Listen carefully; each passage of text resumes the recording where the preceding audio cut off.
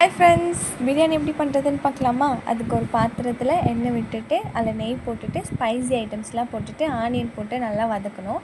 நல்லா வதங்கினதுக்கப்புறம் பச்சை மிளகாய் நல்லா அதில் போட்டுட்டு நல்லா வதக்கணும். அந்த கேப்பில் மாம்பழம் ஒன்று சாப்பிட்டாச்சு. அதுக்கப்புறம் வந்துட்டு தக்காளி போட்டு புதினா போட்டு நல்லா வதக்கணும். நல்லா வதங்கினதுக்கப்புறம் இஞ்சி பூண்டு பேஸ்ட்டும் தயிரும் போட்டு நல்லா வதக்கணும்.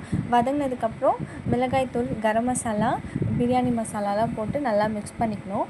மிக்ஸ் பண்ணிவிட்டு நம்ம வந்து இப்போது மேரினேட் பண்ண சிக்கன் எடுத்து அதில் போட்டுடலாம். போட்டுட்டு நல்லா மிக்ஸ் பண்ணிடணும்.